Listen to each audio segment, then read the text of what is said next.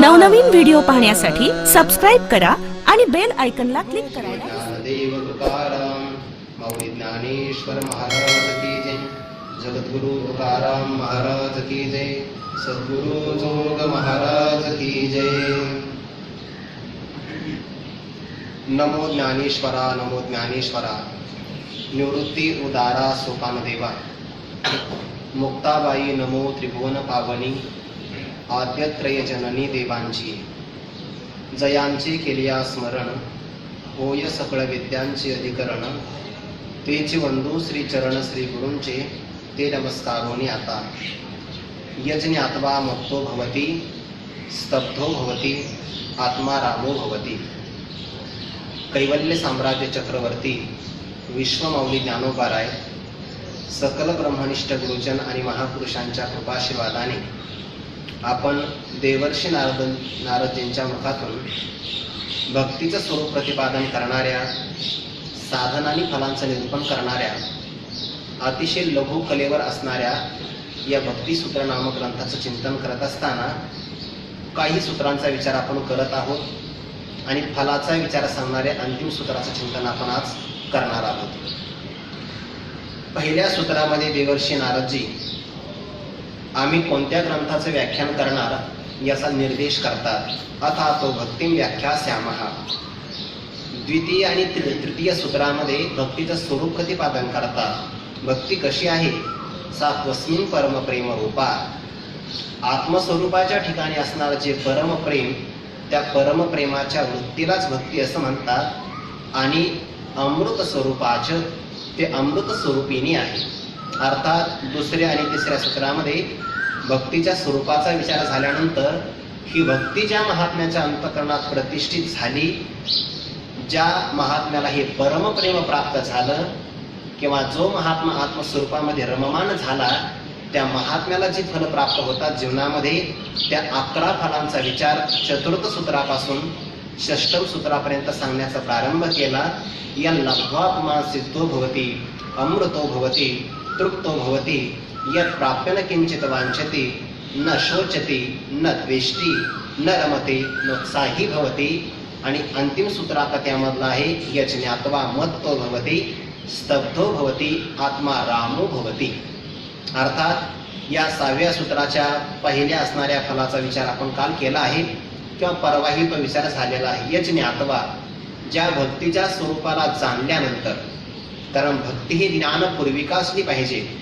अज्ञानामध्ये केलेली भक्ती हे फार मोठ्या फलाला प्राप्त करून देत नाही। भगवंताने हा विचार 9व्या अध्यायामध्ये प्रतिपादन केला, 7व्या अध्यायामध्ये पण प्रतिपादन केला। परमात्मा असं म्हणतात, किंबहुनाईसे भजन ते संसाराचेची साधन, एर फळ भोगत स्वप्न नाव भरी दिशे। अन्य देवतांची भक्ती करणारे जे असतात त्यांनाही माझ्या द्वारेच फल प्राप्त होतं, पण त्यांना मिळणारं फल मात्र अंतवंत असतं। किंबहुना फार काय सांगावं, त्यांच्या भजनातून मिळणारं भजन किंवा फल संसाराचं एक प्रकारचं साधन आहे। आणि मग अमृताच्या सागरामध्ये सुद्धा बुडून एखाद्या व्यक्तीने मृत्यूला प्राप्त व्हावं हे जसं शोकास्पद आहे, तसं या देहाला आल्यानंतर माझी भक्ती न करणं, मोठ्या फलाला न प्राप्त होणं हे सुद्धा अत्यंत शोकास्पदच आहे। वास्तविक असं आहे की मोठा लाभ प्राप्त होत असेल तर मनुष्यानं अल्प असणाऱ्या भोगांचा परित्याग केला पाहिजे, परंतु तैसे न करीती प्राणीये, जे वाया आपुल्या हिती वाणीये, पोहताती पाणी तळ हातीची। मनुष्याला पोहायचं असेल तर कुठं पोहावं? एखाद्या नदीमध्ये, सरोवरामध्ये किंवा सागरामध्ये। पण जो व्यक्ती तळ हातावर साठलेल्या पाण्यावर पोहत असेल त्याला आपण वेडेपणास म्हणू।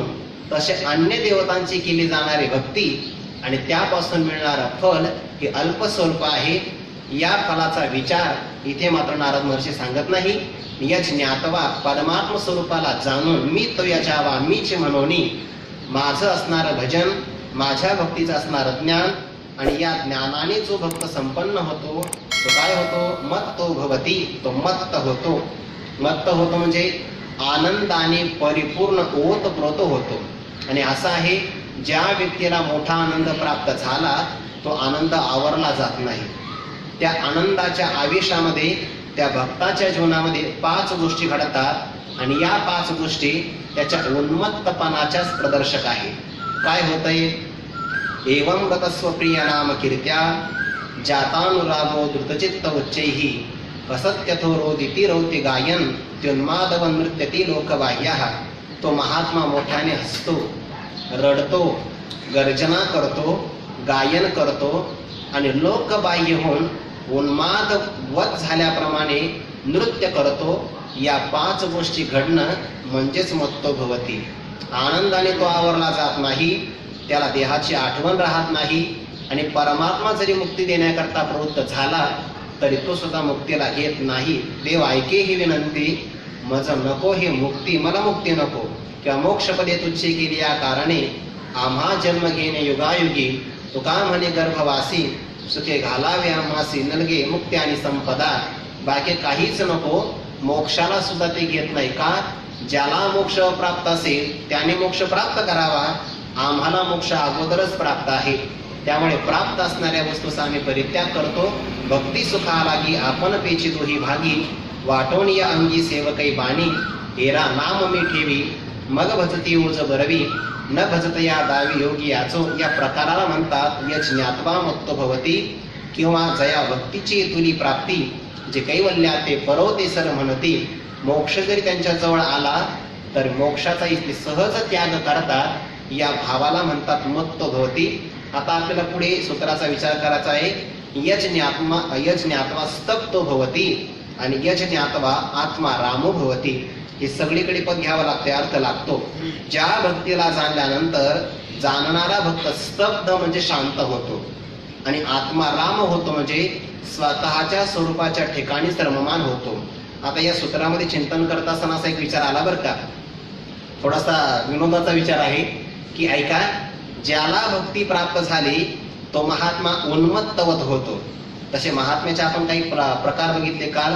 महात्मा बालवत असतो, निर्विकार असतो मनाने म्हणून बालवत आहे. मुकवत आहे, परमात्मा शब्दाचा विषय नाही किंवा कोणाची निंदा आणि स्तुती महात्मा करत नाही, म्हणजे मुक्या मनुष्याप्रमाणे राहतो. जडवत का राहतो? अज्ञानी पुरुषाप्रमाणे. मन परमात्मा स्वरूपाशी एकरूप झालं, आता ते मन पुन्हा प्रवृत्त होत नाही, जडवत राहतो. बालवत, मूकवत, जडवत, पिशाच्यवत राहतो. पिशाच म्हणजे वेडे प्रमाणे, कारण बाकीच्या द्रव्याधिक पदार्थांना तो आतळत नाही, त्या पदार्थाला माझं म्हणत नाही आणि बाकीच्या लोकांकरता तो जणू काही वेडाच असतो. पिशाच्यवत आणि पुढे शब्द आला उन्मत्तवत. आनंदाने जो परिपूर्ण भरला, काय त्याला जो आनंद प्राप्त झाला ना, त्या आनंदाला मर्यादा नाही. देशे काले वेदानुवादा, ज्या सुखाची न करावी मर्यादा. देशाने, कालाने किंवा शास्त्राच्या अनुवादाने सुद्धा त्या आनंदाची परिसीमा पार मर्यादा करता येत नाही. असा अलौकिक, निर्विषय, निरुपम, निरतिशय, निर्निमित्त आणि निरुपचार अशा प्रकारचा जर आनंद प्राप्त झाला तर तो शांत राहील का? आणि तो आनंद त्याला उन्मत्त करतो, बाहेर ओसंडून वाहतो. आणि मग भक्तीला प्राप्त झालेला महात्मा उन्मत्त होतो. ऐका, भक्त उन्मत्त होऊ शकतो, पण उन्मत्त झालेले सगळे भक्तच असतात असं मात्र नाही. हा त्यातला महत्वाचा विचार आहे. भक्त उन्मत्त होऊ शकतो, पण उन्मत्त झालेले सगळेच भक्त असतात असा मात्र अर्थ करायचा नाही. हा त्यातला महत्वाचा विचार. पुढे शब्द आलाय यच ज्ञात्वा स्तब्ध भवती. तो महात्मा या भक्तीला जाण्यानंतर स्तब्ध होतो, शांत होतो. जोपर्यंत मनुष्याला आपल्या अपूर्णतेची जाणीव आहे, जोपर्यंत आपल्याकडे समाधानाची कमतरता आहे किंवा आपण परिपूर्ण सुखाला प्राप्त नाही, तोपर्यंत मनुष्य चंचलच झालेला असतो. सदैव तो काही ना काही प्राप्त करण्याचा प्रयत्न करतो आणि प्राप्त करण्याचा प्रयत्न करत असेल तर तो अशांत होतो. त्याच्या मनामध्ये क्षोभ निर्माण होतो आणि मग तो अति असणारी चंचलता किंवा तो क्षोभ त्या मनुष्याला पूर्णता प्राप्त करून देण्यासाठी, समाधानाच्या प्राप्तीसाठी किंवा आनंद मिळवण्यासाठी त्याला जे जे विषय योग्य वाटतात त्यांचा तो प्रयत्न करतो. मग इह लोकातील असणारे विषय संपादन करतो किंवा या लोकांमध्ये जर पोट भरलं नाही तर पारलौकिक भोगाची अपेक्षा करतो. त्याला असं वाटलं की इथल्यापेक्षा उच्च भोग स्वर्गात आहे आणि मग स्वर्गात जाण्याकरता यज्ञ करावा लागतो, कारण तिथे पास तर मिळत नाही यज्ञाशिवाय. शतमक संपत्ती स्वर्गीची आहे, एवं त्रयी धर्म मनु प्रपन्ना गतागतम काम कामाल बनते त्रैविद्यमां सोमपापूत पापाः यज्ञैरिष्ट्वा स्वर्गतिं प्रार्थयन्ते ते पुण्यमासाद्य सुरेंद्रलोकम अश्नन्ति दिव्यान् देवीदेव भोगान् मग तेतम उत्वा स्वर्गलोकम विशालं क्षिणे पुण्यमर्त्य लोकम विशन्ति एवं त्रयी धर्म मनु प्रपन्ना गतागतम काम कामाल बनते. भगवान परमात्मा 9व्या अध्यायामध्ये विचार सांगतात ते पुण्यम आसाद्य, ते पुण्य संपादन करून अवास्तविक असं आहे त्या पुण्याईने त्यांना परमात्मा प्राप्त होऊ शकतो. पण दुर्दैव मात्र असं आहे त्या पुण्याने ते परमात्म्याकडे जातात आणि परमात्म्याच्या जवळ जाऊन परमात्मा म्हणतात आम्हाला एक काम कर, स्वर्ग दे. जवळ गेला आहे अमृताच्या आणि अपेक्षा काय करतो आहे, मला एखाद्या खड्ड्यातलं पाणी पिण्याकरता द्या. समुद्राजवळ गेला आहे म्हणजे कल्पतरूच्या वृक्षाखाली जावं आणि तिथे बसूनही आपल्या झोळीला गाठी माराव्या आणि भिक्षा मागण्याचा प्रयत्न करावा. जैसे कल्पतरू तळवटी बैसोनी झोळी येते तसे गाठी मग निदैवनी घे किरटी दैन्याची करू. असंच आहे हे याज्ञिक लोकांचं जे स्वर्गाची कामना करतात. बर पुण्य संपादन केलं आणि स्वर्ग प्राप्त झाला तिथे तरी आनंद आहे का? तिथे असमाधानच आहे, अशांतता आहे. कारण तिथे जे भोग मिळतात ते भोग सुद्धा पुण्याच्या कमतरतेनुसारच मिळतात. एखाद्याचं पुण्य जर जास्त असेल तर त्याला इंद्रपद मिळतं, त्यापेक्षा कमी पुण्य असेल की इंद्राचा मंत्री होतो, त्याही पेक्षा कमी पद असेल तर सभासद होतो, त्याही पेक्षा कमी पद असेल तर मग त्या स्वर्गातला एखादा नोकर चाकर होतो. आणि मग पुण्याच्या जोरावर मिळणारं पद, मिळणारे भोग कमी जास्त असतात की नाही? मग सेवकाला मिळणारा भोग आणि इंद्राला मिळणारा भोग यांच्यामध्ये काय आहे? अतिशय आहे. त्याला सातिशयत्व असं म्हणतात.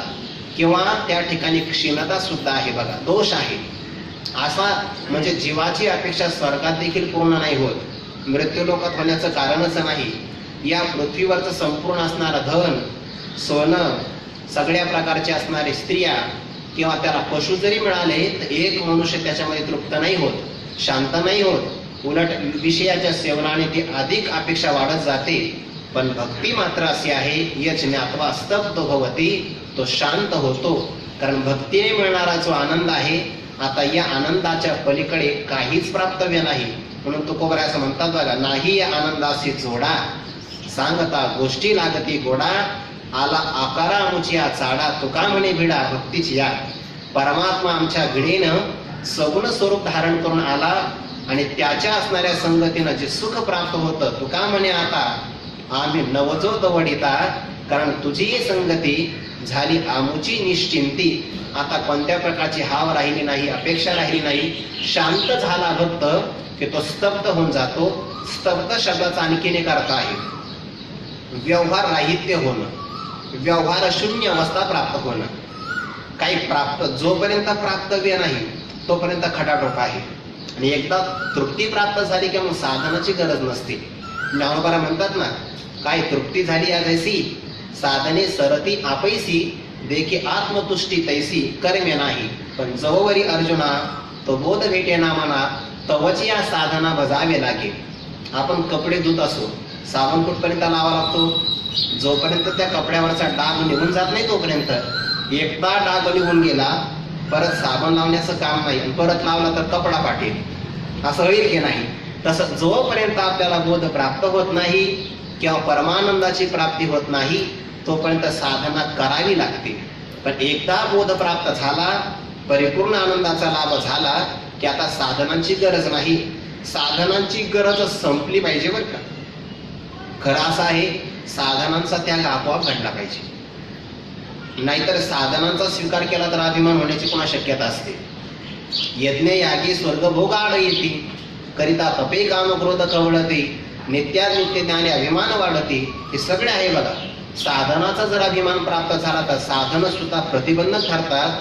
म्हणून साधनाने जे जे मिळेल ती साधनं सुद्धा संपली पाहिजे. साधनही शांत झाली पाहिजे. शांत झाली की मग तो व्यवहार राहित्य अवस्थेला प्राप्त होतो. आणि ज्याचा व्यवहार बंद पडला त्याला स्तब्ध नावाची अवस्था असं म्हणतात. दुसराही सांगू का, व्यवहाराचा विसर पडणं किंवा व्यवहार बंद पडणं याला स्तब्धता असं म्हणतात. कधी कधी व्यवहाराचा विसर पडतो भक्तीमध्ये आणि पडलाच पाहिजे. देहाचाही विसर होतो की नाही, तो पडलाच पाहिजे. जर आपण देवाला अपेक्षा केली तुझा विसर न व्हावा तरच देहाचा विसर आहे. देवाचं स्मरण करा, देहाचा विसर, आणि देहाची आठवण ठेवली, देवाचा विसर. म्हणून या बाबतीमध्ये स्तब्धपणा कुठे झाला पाहिजे? व्यवहाराच्या बाबतीमध्ये. ते भगवंताने एकदा गायी चारण्याकरता परमात्मा निघाले गोकुळातून, आणि मग त्या सगळ्या गायींचं असणारं मन आपल्याकडे आकर्षित करण्याकरता भगवंताने वेणू वाजवला. आता त्या गायी भगवंताच्या पाठीमागे चालू लागल्या. कृष्ण वेणू ध्वनी वेधले अंतर. भगवंताच्या वेणूचा स्वर कानावर पडल्याबरोबर त्या गायींचं अंतःकरण भगवंताच्या त्या मुरलीच्या स्वराकडे वेधल्या गेलं. म्हणून क्रम असा आहे बघा, भगवान जेव्हा सकाळी गायी चारण्याकरता जायचे तेव्हा भगवान परमात्मा पुढे असायचे आणि सगळ्या गायी त्यांच्या पाठीमागे. त्यालाच गोपालक म्हणतात. जो पुढे चालल्यानंतर गायी त्याच्या पाठीमागे येत असेल तो खरा गोपाल आहे. गो म्हणजे गायी, गायींचं पालन करणारा, आणि गायी ज्याच्या पाठीमागे येतो तोच भगवान श्रीकृष्ण होऊ शकतो. इंद्रिय आपल्या गायी आहे, इंद्रिय आपल्या पाठीमागे आले पाहिजे. गायींच्या पाठीमागे जर आपण गेलो तर आपले धावपळच होते. इंद्रियांच्या पाठीमागे आपण जायचं नाही, ते आपल्या पाठीमागे आले पाहिजे. पण सायंकाळी मात्र क्रम वेगळा व्हायचा. भगवान परमात्मा पाठीमागे राहायचे आणि सगळ्या गायी पुढं पळत यायच्या. का? कारण गोठ्यामध्ये गायीचे लहान लहान वासर बांधलेली आहे आणि दिवसभर त्यांना स्तनपान करवलं नाही. आता आपल्या वासराची भेट घ्यावी याकरता गायी त्या उत्कंठेने अतिशय वेगाने धावत यायच्या. भगवंताच्या त्या अंगावर गायींच्या वेगामध्ये पायांची असणारी खुराने ती धूळ उडायची आणि भगवंताचा चेहऱ्याचा वर पांडुर असा व्हायचा. ज्याच्या त्या धुळीने रंग पांडुर झाला त्यालाच म्हणतात पांडुरंग. भगवंताने ती वेणू वाजवली, त्याचा परिणाम असा झाला, उतावीळ झाल्या गवळणी. वेणुनाद पडिला कानी, भोवती पाहते अवलोकनी, नयनी नदशे शारंग पाणी हो. हा असणारा ध्वनी भगवान श्रीकृष्णाचाच आहे आणि तो ऐकल्याबरोबर त्याच्या दर्शनाकरता त्या उतावीळ झाल्या. मला स्तब्ध या भावाकरता सांगायचं आहे. उतावीळ झाल्या, पण परमात्मा अवलोकन पाहता तर कुठे दिसत नाही, आवाज तर येतो आहे. नंतर काय झालं? स्तब्ध भावाकरता पुढचा शब्द आहे सेना महाराजांचा चरणातला शब्द आहे, विसरल्या कामधंदा. स्तब्धपणा आहे बघा. नाही सासू सासऱ्याची मर्यादा, कोण जावा त्या कोण नंदा, वृत्ती वेधली परमानंदावो, विसरल्या कामधंदा. स्तब्ध झाल्या. आता आपण या दह्याचं मंथन करायचं, त्यातून लोणी बाजूला काढायचं, त्याला अग्नीच्या माध्यमातून कडसणी करायचं आणि तूप संपादन करायचं. विसरल्या कामधंदा. बरं, हा सासू आहे, सासरा आहे, यांची सुद्धा मर्यादा पालन करावं. विसरल्या कामधंदा. सासू सासऱ्याची नाही मर्यादा. पूर्वीच्या काळात होती, आताच्या काळात तेवढी नाही आहे काही भागामध्ये, पण बऱ्याच प्रमाणामध्ये आता स्वातंत्र्य मिळाल्यामुळे त्या मर्यादा राहिल्या नाही. पूर्वीच्या काळातला दरारा असा असायचा की सुनेनं सासू आणि सासूच्या समोर ती यायची म्हणा काही विचारण्याकरता, सासऱ्याच्या समोर मात्र येण्याचं कोणामध्ये धारिष्ट नसायचं. सासू सासऱ्याची मर्यादा त्या विसरल्या. आता कोण जावा कोण नंदा, कारण वृत्ती वेधली परमानंदा हो, यज्ञात्वा मत्तो भवती स्तब्ध भवती. शांत झाल्या. किंवा आणखीन एक शब्द आहे बघा भंडदास महाराजांचा, भगवंताने जेव्हा वेणू वाजवला, यमुना जळ स्थिर स्थिर वाही, पुढे रवी मंडळ चालता स्तब्ध होई. शांत झाले की नाही? किंवा निळोबाऱ्यांची आणखीन एक गवळण आहे बघा. त्या गवळणीतला भाव तर याहीपेक्षा अत्यंत मधुर आहे, गोड आहे. भगवंताने आता वेणू वाजवला पहिल्यांदा, तो गोकुळातून बाहेर पडताना वाजवला, आणि भगवंताने आणखीन एकदा वेणू वाजवला. वेणू वाजवित यमुनेच्या तटी.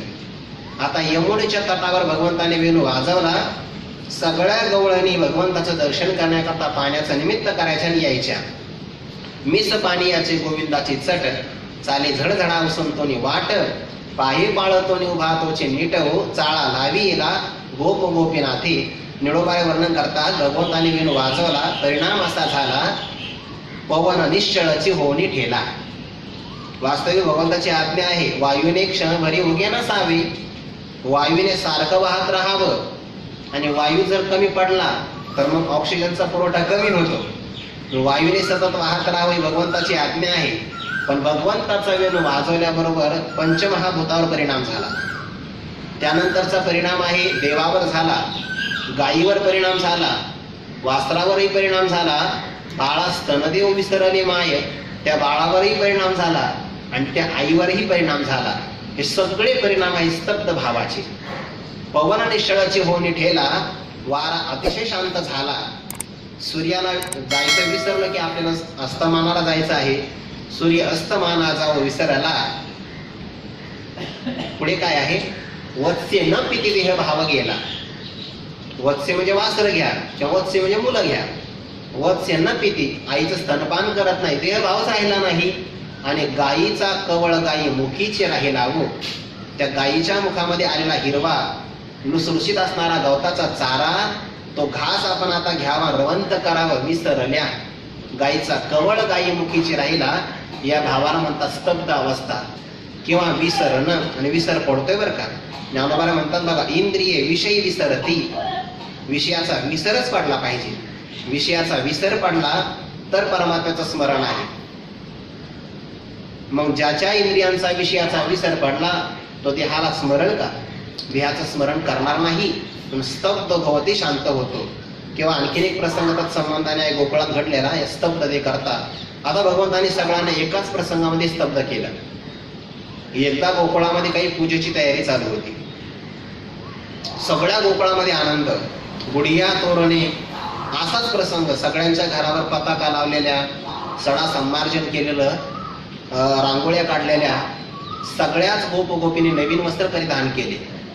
आणि मग भगवान श्रीकृष्ण आणि बलराम दादा फिरण्याकरता निघाले.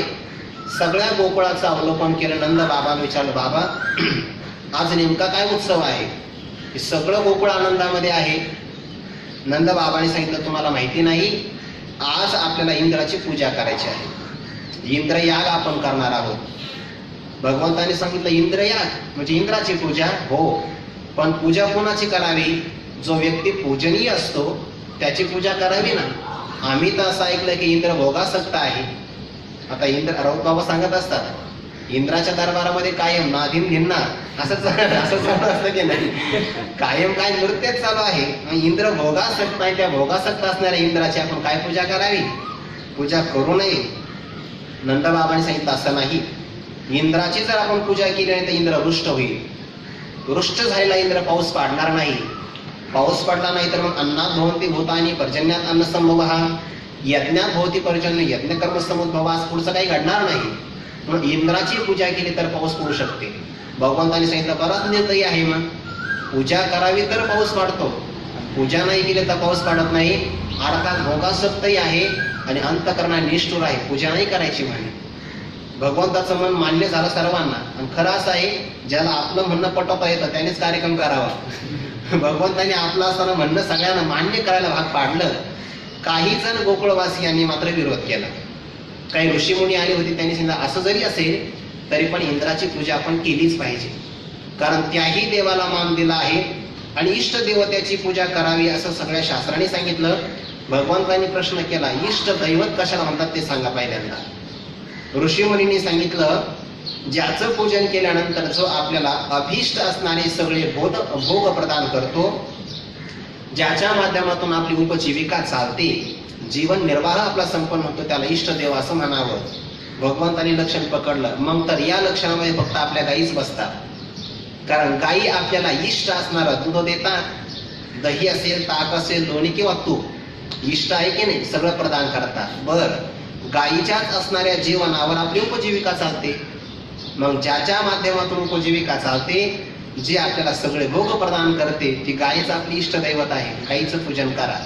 किंबहुना या गायींचं असणारं जीवन ज्या गिरिराज गोवर्धन पर्वताच्या माध्यमातून चालतं त्याचं पूजन करा. कारण गिरिराज गोवर्धन पर्वत भगवंताच्याच अंतःकरणातून प्रगट झालेला आहे. तो भगवंताचा अंशच आहे, मग त्याची पूजा करा. भगवंताचं म्हणणे मान्य झालं आणि मग सगळ्यांनी गोवर्धनाची पूजा केली. गोवत्स द्वादशी म्हणतो की नाही आपण, गोवर्धनाची पूजा झाली दिवाळीच्या त्या प्रसंगामध्ये. आणि ही बातमी इंद्राला कळाली. तसंच तोपर्यंत इंद्राचा कार्यक्रम चालूच होता वरती, आणि मग तो कार्यक्रम बंद झाला, कारण बातमीच तशी होती. इंद्रा काय आसक्त झाला म्हणे, तुला विसर पडलाय भोगामध्ये, आजपासून तुझी कोणीच पूजा करणार नाही. गोकुळवासियांनी ठरवलं, इंद्राची पूजा नाही करायची. पूजा नाही करायची? हो. पूजा नाही झाली तर आपल्याला भोग प्राप्त होणार नाही ना. अग्नीच्या मुखातून सगळे पदार्थ देवांना प्राप्त होतात. आता पदार्थ मिळणार नाही. कोणी हे धारिष्ट केलं मी स्वर्गाचा राज आहे, देवराज इंद्र म्हणतात मला, अभिमान झाला.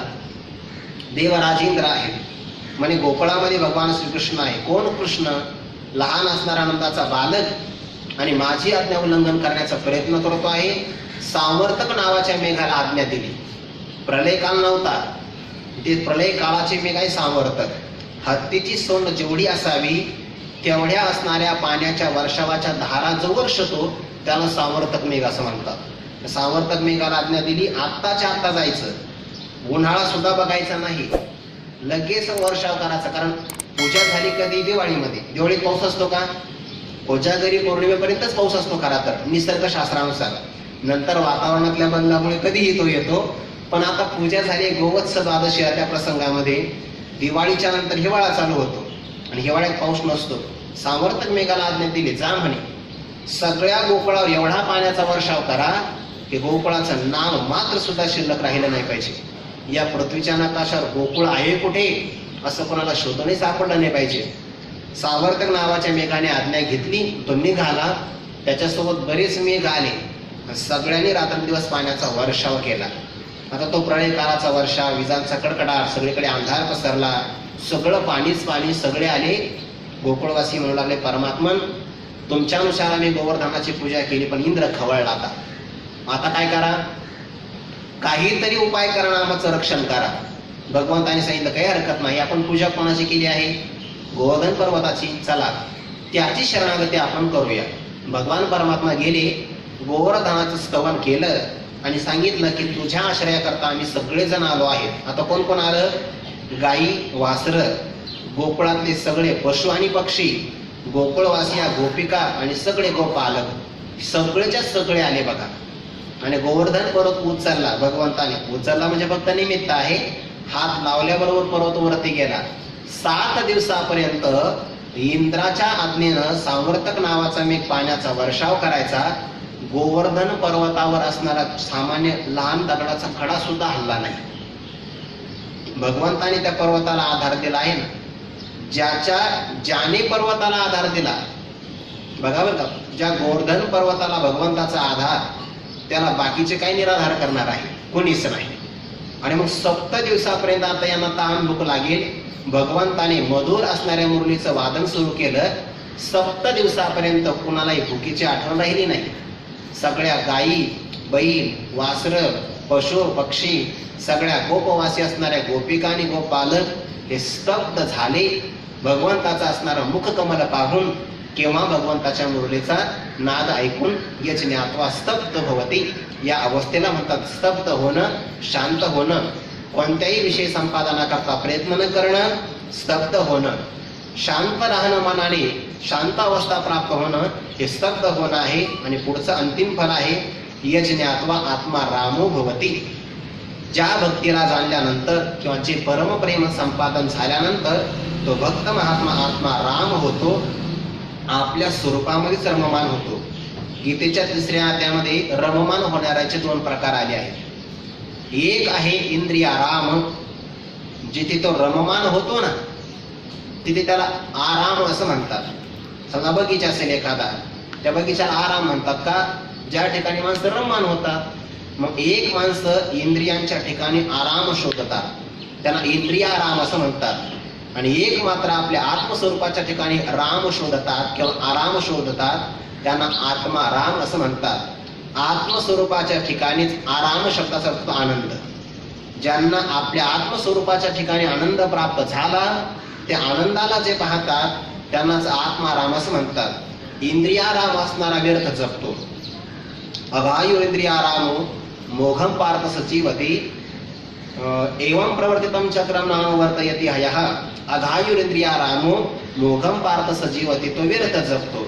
जया अनुष्ठान सुधर्माचे घडे चिना जी आले देख त्याची व्यर्थ आहे. बघा ज्ञानोबा म्हणतात त्याचं जगणं हे व्यर्थ आहे, कारण तो सृष्टीच्या चक्राला कोणत्याही प्रकारचं सहाय्य नाही करत.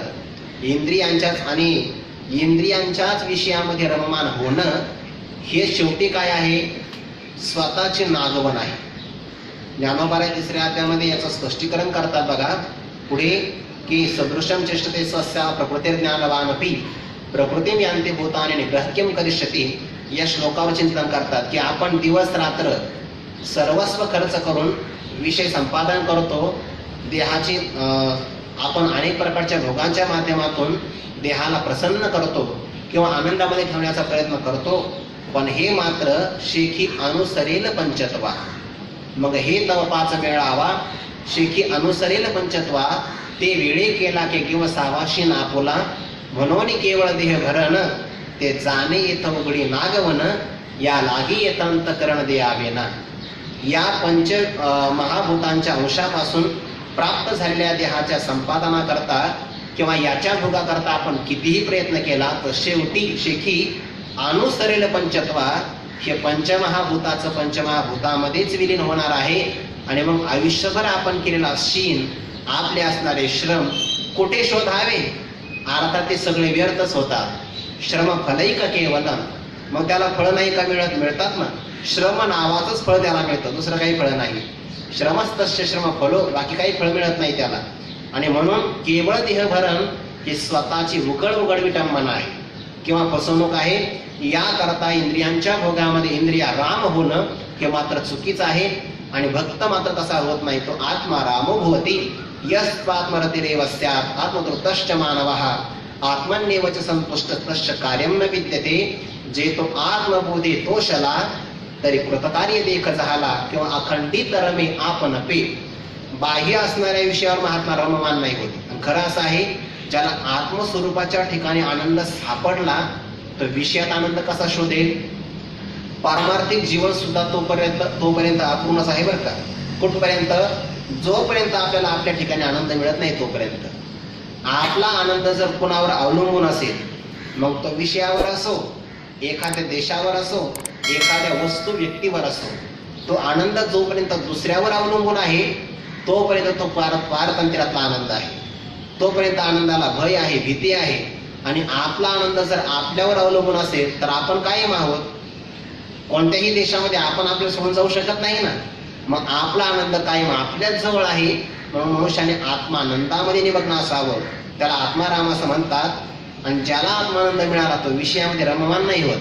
ज्ञानोबा म्हणतात, ज्या चकोर नावाच्या पक्षाला ज्याने चंद्रकिरण, आता पौर्णिमा जवळ येईल बघा 1-2 दिवसामध्ये, पौर्णिमेच्या दिवशी चंद्राच्या किरणातून पाझरणारं अमृत ज्याने सेवन केलं आणि त्या अमृताने जो तृप्त झाला, असा चकोर नावाचा पक्षी नदीच्या काठी सापडणाऱ्या त्या वाळवंटाच्या खड्यांना स्पर्श करेल का? अर्थात करणार नाही. सांगे कुमुददळाची ताटे, जो जेविला चंद्र किरणे चोखटे, तो चकोर काही वाळवंटे चुंबित असे, तैसे आत्मसुख उपाईले, जयासी आपण पेची फावले, तया विषय सहज सांडवले म्हणोये काही, सहजे स्वसुखाचे न्यापारे, सुरवाडले अंतरे, रचिला म्हणून बाहेरे पाऊल न घाली. हा महात्मा, त्याला सुख कसं मिळाले बघा, सहज, ते स्वतःच आहे. बरं, त्याला मर्यादा नाही. सहजे स्वसुखाचे अपारे, अशा अपार सहज विषयाचं सुख सहज मिळतं का? प्रयत्न करावे लागतात. अर्थानाम अर्जने क्लेश तथैव परिपालने, नाशे दुःखम व्यये दुःखम धिगर्थान क्लेशकारिणः. सहज मिळत नाही, कष्ट करावे लागतात. आणि आत्मसुख मात्र सहज मिळतं. गुरुवारी डॉक्टर बाबा स्वामी महाराजांचे एक वाक्य सांगत असतात, आनंदाश्रम स्वामी महाराजांचं, मनुष्याला एखादं फुल कुस्करायला सुद्धा वेळ लागेल, पण आत्मसुखाच्या प्राप्तीकरता तेवढाही वेळ लागत नाही किंवा तेवढेही कष्ट पडत नाही. कारण ते सहज आहे, जवळ आहे ना. तुझं आहे तुझं पासी, परी तुझा आगा चुकलाशी आपल्या जवळ आहे. जवळी आहे परी भेटेना, विषयासक्तीमुळे भेटेना. नाहीतर इतकं जवळ आहे की त्याला जवळ म्हणणं सुद्धा दूर म्हणण्यासारखं आहे, इतकं ते जवळ आहे. कारण ते आपला आत्मा म्हणजे आपलं स्वरूप आहे ना. आणि जे ज्याचं स्वरूप असतं ते त्याला सोडून कधी राहत नाही. गोडी ही साखरेचं स्वरूप आहे. मग गोडी वेगळी साखर वेगळं असं कधी घडतं का? नाही. याचा अर्थ ते सहज आहे, स्वतःची मालकी आहे, स्वसुखाची न्यापारे. आणि विषयाचं सुख परसुख आहे, स्वसुख नाही. बरं, याला मर्यादा नाही. आणि अशा सुखाने ज्याचं अंतकरण सुर वाढले, आनंदाला ओतप्रोत प्राप्त झालं, तया सुर वाढलेली अंतरी रचिला म्हणून बाहेरे पाऊल न घाले. हा महात्मा बाह्य असणाऱ्या इंद्रियांच्या वृत्तीवर येतच नाही. आणि जो बाह्य वृत्तीवर येत नाही, समजून घ्यावं त्याची वृत्ती आत्मस्वरूपामध्ये रममान झाली. आत्मा रामो भवती. बाह्य स्पर्शे स्वसक्त आत्मा विंदत्यात्मनि यत् सुखम सब्रह्मयोगयुक्त आत्मा सुखमक्षयमश्नुते, तो अक्षय सुखाला प्राप्त होतो. बर, हा आत्माराम आहे आणि बाकीचे इंद्रियाराम. मग इंद्रियामध्ये कोण रममान होतात? ही संस्पर्शजा भोगा. दुःख येऊन येवते आद्यंतवंत कोणते न ते शुरमते बुधाहा.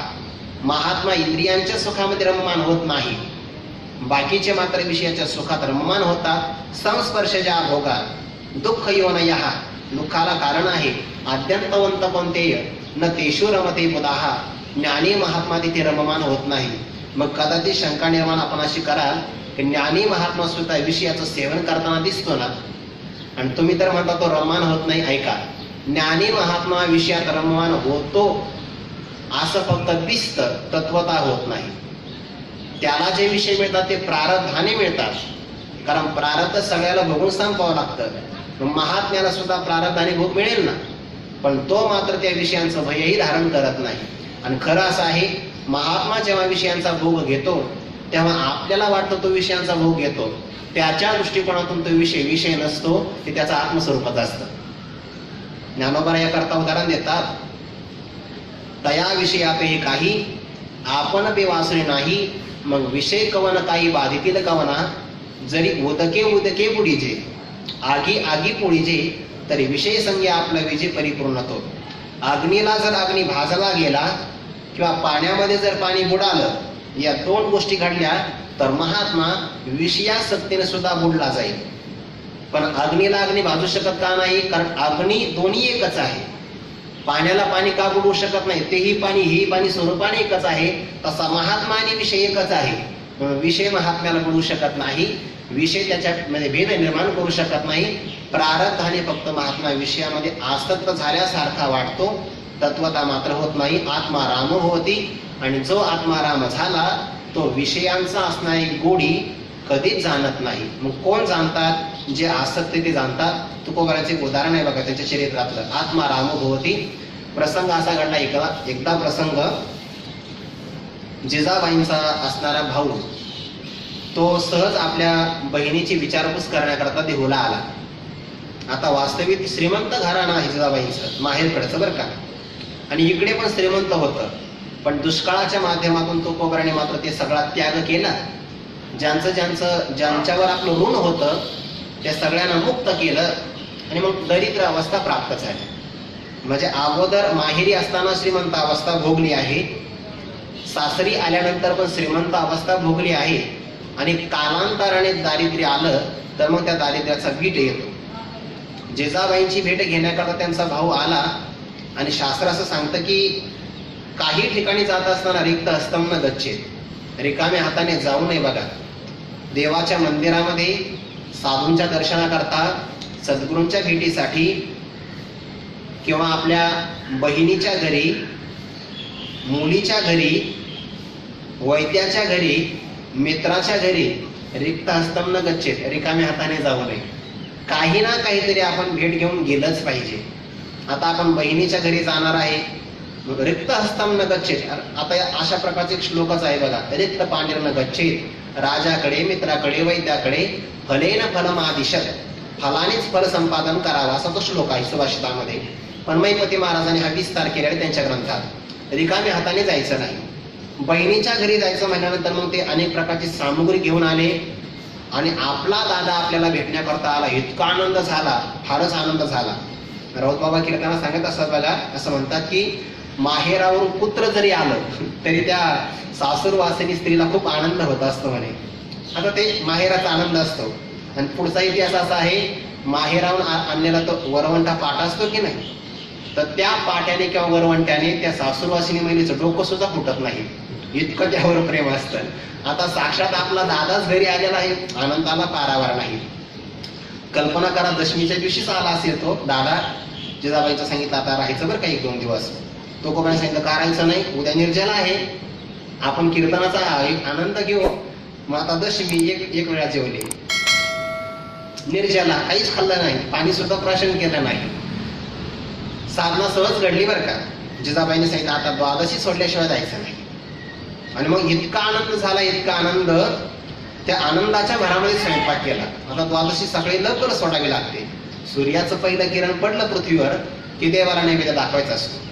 कारण परमात्म्याला दशमी एकादशी उपवास असतो की नाही, आणि भक्तालाही असतो. म्हणतो द्वादशी जेवढी लवकरात लवकर सोडली जाईल तेवढं चांगलं.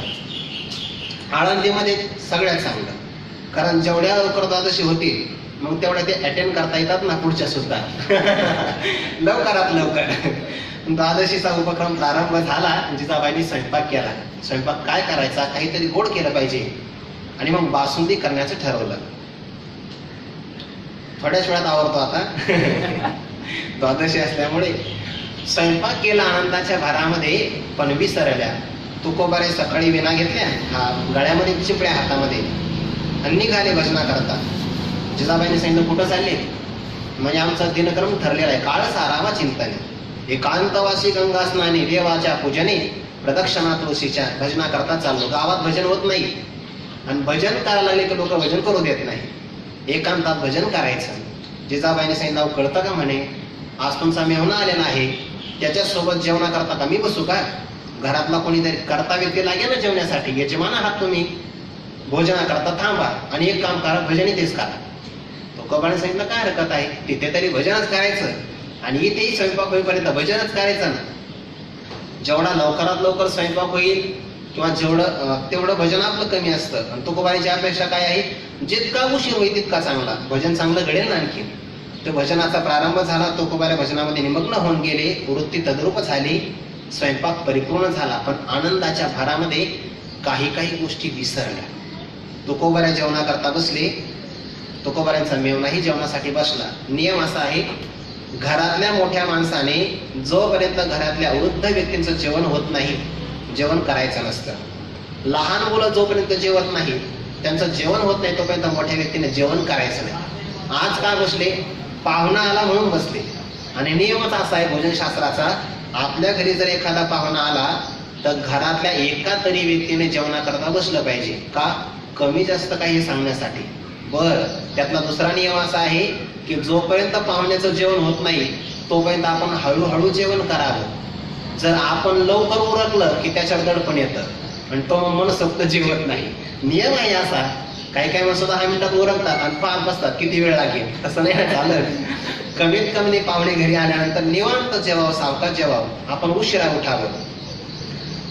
पात्र वाढले, 15वा अध्याय झाला. उदनी कवळ घेता सहना भोवती सगळे श्लोक झाले. पाणी फिरवलं, देवाला नैवेद्य दाखवला द्वादशीचा, आणि तुकोबाऱ्या जेवणा करता बसले. बासुंदी वाढली बघा. थोडा वेळ थांबा. बासुंदी वाढली, भजेही वाढले, कुरडई पापड असेल, जो जो आनंदाने स्वयंपाक केला असेल, सामग्री होती, सगळे पदार्थ वाढले. जेवणा करता बसले. आता तुकोबाराय आहे आत्माराम. तुकोबाराय आत्माराम आहे, आत्मस्वरूपामध्ये रममाण झालेले तुकोबाराय.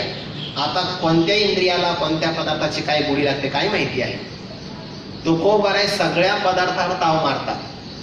भोजनच प्राप्त झालंय, भजनही केलं आहे. ज्याने खरं भजन केलं ना त्याला भूक लागते बरं का. नामोबाच्या सोहळ्यात चला तुम्ही, जो सकाळपासून खरा काकडा करतो त्याला नाश्ता जेवणच होतं त्याचं, कारण भूक लागते. आणि जे निवांत चालतात मग ते त्याचं भागतं थोड्या वेळेच्या. भजन केलं की भूक लागतच असते. तुकोबाराय जेवणा करता बसले. एकाही वाडीला तुकोबाऱ्यांना नकार देत नाही. वाढ आली की हात मागे नाही, घ्यायचंच सर्व काही, काहीही येऊ. घेण्याकरता प्रारंभ केला. मेहना बासुंदीच्या वाटीचं सेवन करतो. साखर विसरली होती, गोडी काही लागलीच नाही. वाटी अर्धी काय झाली, अर्धी तशीच राहिली. तुकोबाऱ्यांनी तोपर्यंत 6-7 वाट्या मस्त केल्या. माघारी जाऊ द्यायचं नाही. भजे वगैरे सगळं काही खाल्लं. तुकोबाऱ्या तृप्त झाले. आता उठायचं का? मेहुणा मात्र कसा तरी जेवला. जिजाबाईंच्या लक्षात आलं की ज्याच्या करता स्वयंपाक केला तो मात्र काय आहे की कमी प्रमाणात जेवला, आनंद नाही झाला. तुकोबाऱ्या मात्र जेवले. तुकोबाऱ्याला मात्र मौन. नाथ महाराजांनी सांगितलंय बघा, काही काही ठिकाणी मौन करावं. मळमूत्र का करिता स्नान, जप होम आणि याजन, उभय संध्याकाळी जाण, निश्चित मौन असावे. कशा कशात मौन असावं? मलमूत्र विसर्जन करत असताना मौन असावं, स्नान करताना मौन असावं, जप करताना, होम करताना, याचन म्हणजे यज्ञ करताना मौन असावं, सकाळी आणि सायंकाळी उभय संध्याकाळी मौन असावं. इथं जेवणाचा प्रसंग आला नाही, आला ना. याचन उदर भरण नोहे जाणीचे यज्ञ कर्म. जेवण म्हणजे यज्ञ कर्म आहे, यज्ञ कर्मात मौन असावं. तुकोबारांनी मौनात सगळं प्रकारचं जेवण केलं. सगळं जेवण झालं, जिजाबाई नाराज आहे. भाऊ काही जेवलाच नाही. जिजाबाई जेव्हा जेवणाकरता बसल्या तेव्हा मात्र पहिला घास घेतला, भाज्यात मीठच नाही. बासुंदीचा एक घोट घेतला, त्याच्यात साखरच नाही. आणि मग मात्र कडाडल्या तुकोबारांच्यावर. सांगितलं, तुम्हाला जेवायला बसवलं, सांगता नाही आलं, भाज्यामध्ये मीठ नाही, बासुंदीमध्ये साखर नाही. तुकोबारांनी सांगितलं, स्वयंपाक थोडीच मी केला, स्वयंपाक तर तूच केला आहे ना. मीठ विसरलं का साखर विसरली मला काय माहितीये. पण माझा भाऊ जेवला नाही, नाश्ता करून आला असेल. असं नाही म्हणे, स्वयंपाकात पदार्थामध्ये रुची नाही ना, मग स्वयंपाक तर तूच केला ना, सांगण्याचं काम तुमचं आहे. तुकोबारांनी सांगितलं, काय खातो आम्ही, कासं या सांगाते, कैसेही लागते निममुखे. कोणता पदार्थ आम्ही खातो, कशासोबत खातो आम्हाला माहिती नाही. यच ज्ञात्वा आत्मा रामो भवती. पण आमची वृत्ती परमात्मा स्वरूपाशी एकरूप झाली. आता इंद्रियांच्या माध्यमातून विषय कसा लागतो जाणण्याकरता कोण शिल्लक आहे. यच ज्ञात्वा मत्तो भवती. अशा प्रकारे या 6 सूत्रापर्यंत आपण विचार केला. आणखीन काही विचार, त्याचा विचार आपण उद्याच्या चिंतनामध्ये करूया. झालेलं चिंतन विश्वमाऊली ज्ञानोबाराय सकल गुरुजनांच्या चरणी समर्पण करून चिंतनाला पूर्णविराम. कुंडली गौरधारी विठ्ठल श्री ज्ञानदेव तुकाराम ज्ञानेश्वर महाराज की जय.